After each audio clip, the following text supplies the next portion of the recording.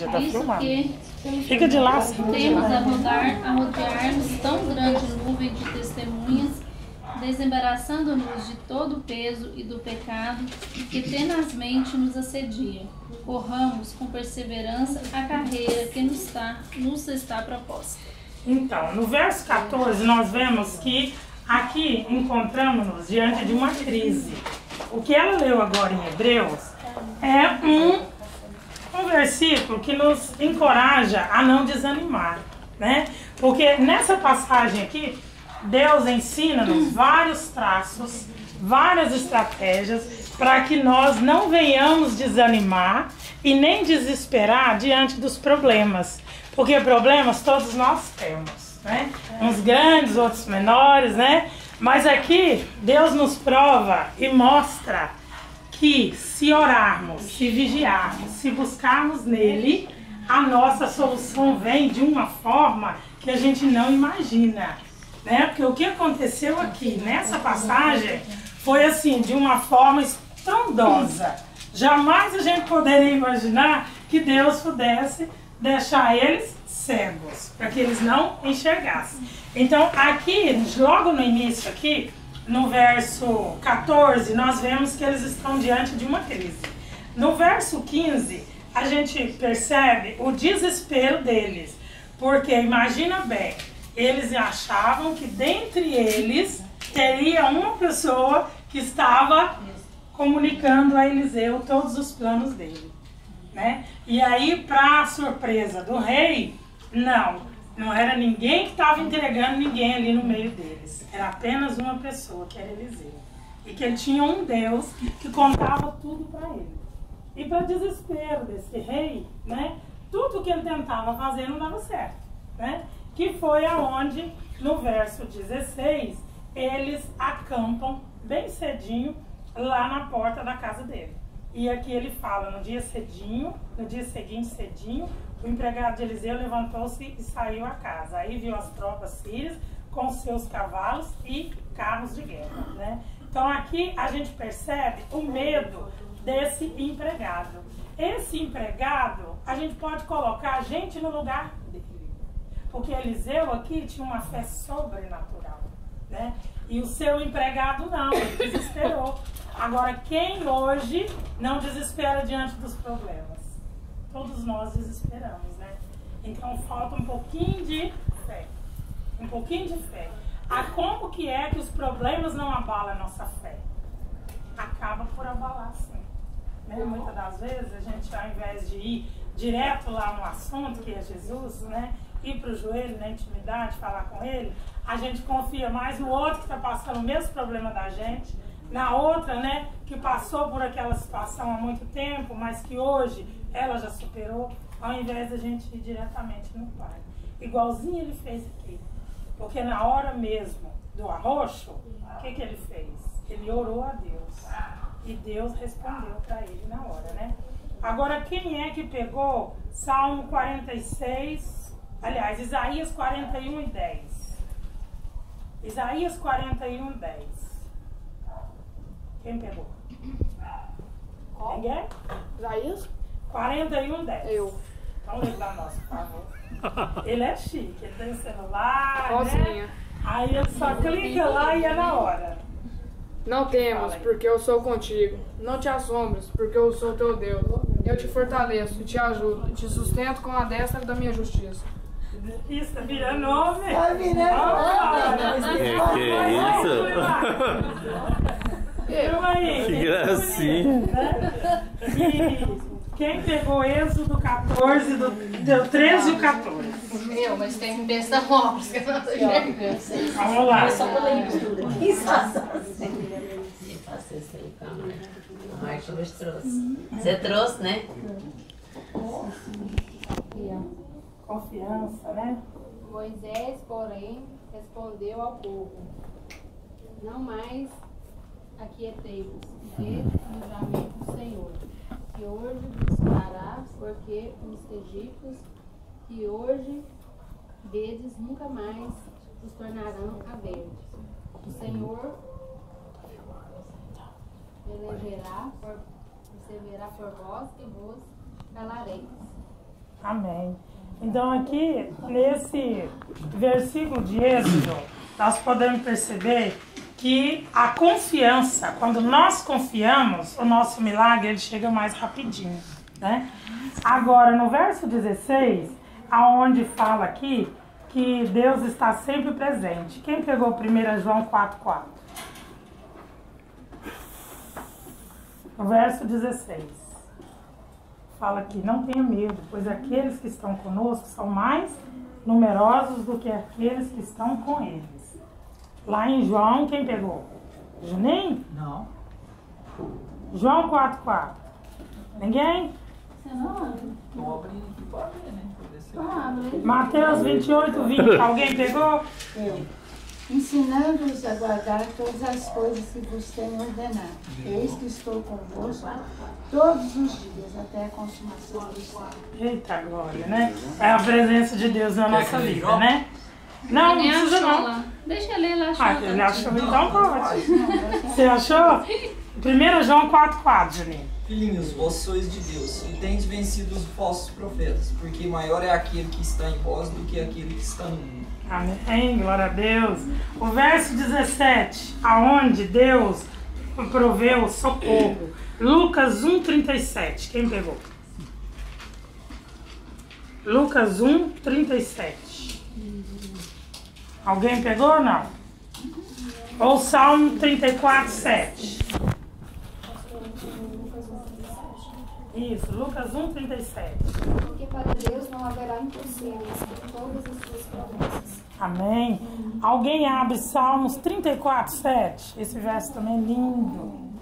O anjo do Salmos. Senhor acampa-se ao redor dos que temem os livros. Amém. O quanto os anjos acamparam aqui em volta de Eliseu, né? Nessa passagem.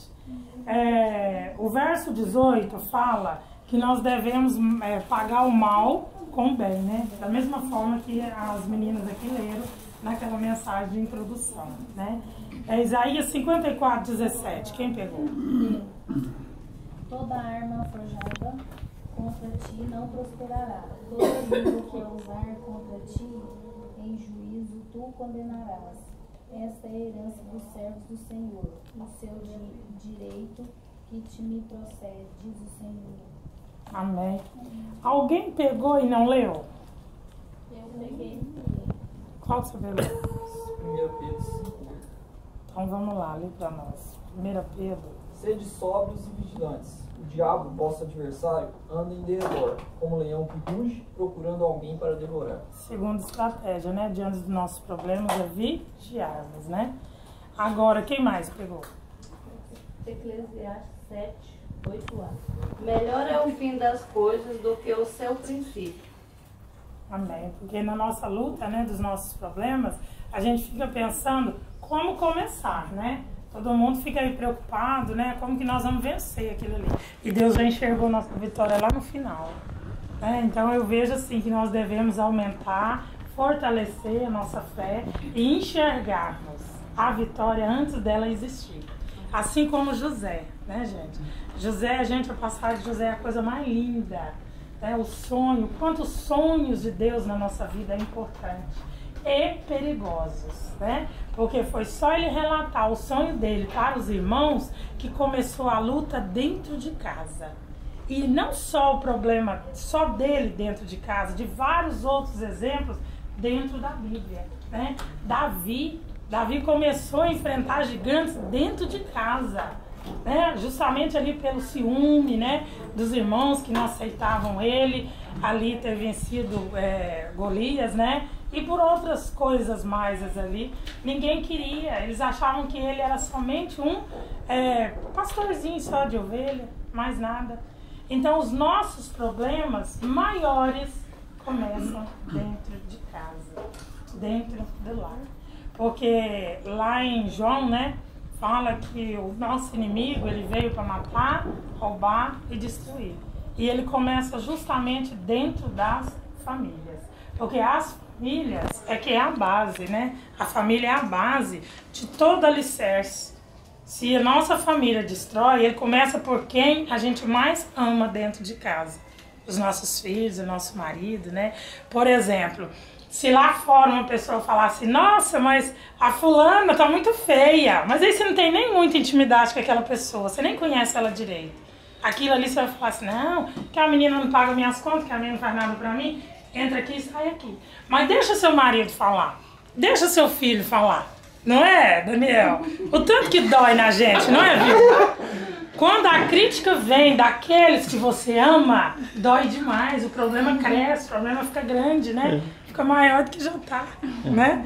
Então, assim, essa passagem de hoje é pra gente entender o quanto Deus tem dentro aqui da Bíblia para nós a solução para os nossos problemas, né? Que são estratégias, é porque realmente na hora do problema nós não temos nem tempo para abrir aqui e ir aqui nos passos aqui que nós hoje lemos aqui. Vigiar, confiar, perseverar na oração, né?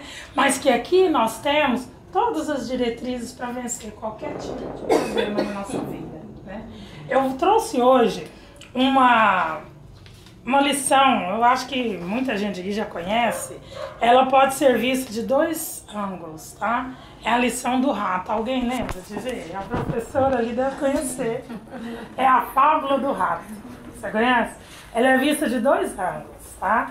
Então, assim, eu quero deixar com vocês vão embora, vão pensar e ver qual ângulo que vocês querem enxergar essa mensagem, tá? Inclusive, eu gosto de citar Efésios 5, que começa já falando para que sejamos imitadores de Deus, né?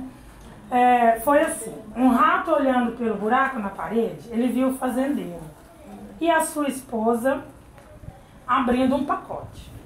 Aí o rato pensou logo no tipo de comida que haveria ali. Ao descobrir que era ratoeira, ele ficou aterrorizado. Correu ao pátio da fazenda, divertindo a todos. Gente, a ratoeira na casa, a ratoeira na casa. Aí a galinha falou assim, desculpe-me, senhor rato. Eu entendo que isso seja um grande problema para o senhor, mas não me prejudique em nada, não me incomoda. O rato foi até o porco e disse, a ratoeira na casa, ratoeira, desculpe-me, senhor rato, mas não há nada que eu possa fazer, a não ser orar. Fique tranquilo que o senhor será lembrado nas minhas orações. O rato dirigiu-se à vaca.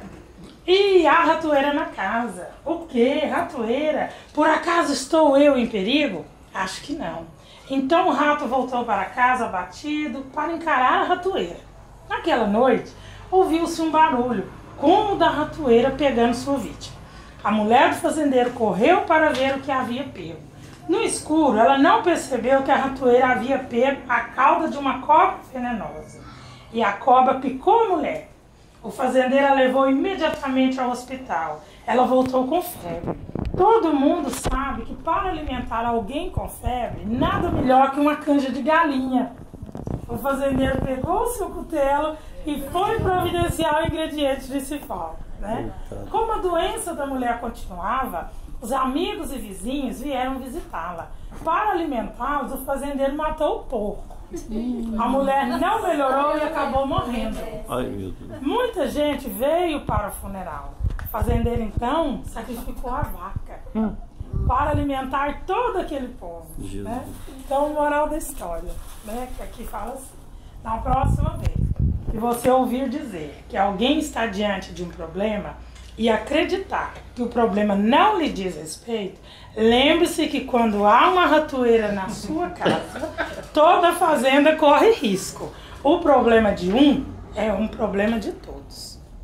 Que é o que acontece dentro da nossa casa. Tá, gente? Porque às vezes tem famílias grandes, né? De 5, 6 irmãos. Aí tem um que tá acontecendo algum perrengue na vida dele, o irmão fala assim, não é comigo. O problema não é comigo, é com você, né? Agora você vê aqui, né? Essa história ilustra bem isso. Que se nós dentro de casa não tivermos união com um problema que está atingindo alguém da nossa família, no fim todos nós seremos prejudicados. Né? Então que essa fábula venha falar no seu coração essa noite, tá? Essa passagem que a gente leu aqui também, porque eu creio que Deus quer o melhor de nós. Só que Ele exige adoradores. Ele exige intimidade, né, com Ele. Não é só falar da boca para fora que adora, que crê, né? Ele exige compromisso. Exige que nós leiamos mais a Bíblia, que a gente trabalhe mais naquilo que a gente fala. Só falar não adianta. Nós temos que praticar. Amém. Né? Que nós aqui, mães, tem muitas mães aqui hoje, né? Venhamos praticar mais mesmo a palavra dentro dos nossos lares. Porque o nosso lar é que é o foco para Jesus.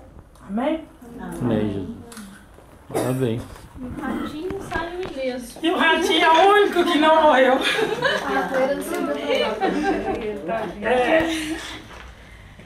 Glória, agradeço. Obrigada essa palavra tão abençoadora. Que ela possa fazer realmente assim, diferença em cada vida aqui.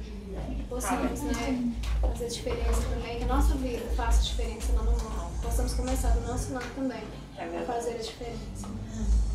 E eu vou entregar. Então, tá aqui.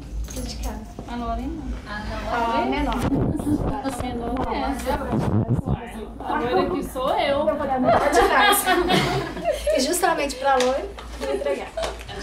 Ela é chique, fez aniversário, é a dona desta casa. Assim, Já nós fazendo na sala. Depois dos 30, a gente só tem grau de sabedoria. A gente não conta mais idade, né? Então, bem. Amém. E para quem traz a palavra também, essa grandona. Isso, essa rosa aí. Quem traz a palavra também. Presente, porque quem fala. Deus, obrigada. Olha a foto. Fica aí. Fica aí, Ana. Agora é você. Ai, mesmo. Ué, mas esqueceu, ué. Ué, Cícera, deixa eu lá esquecer. É bom. Ué, dá foto. Mas ela deu a lá também, né? Agora puxa. Que eu tô filmando.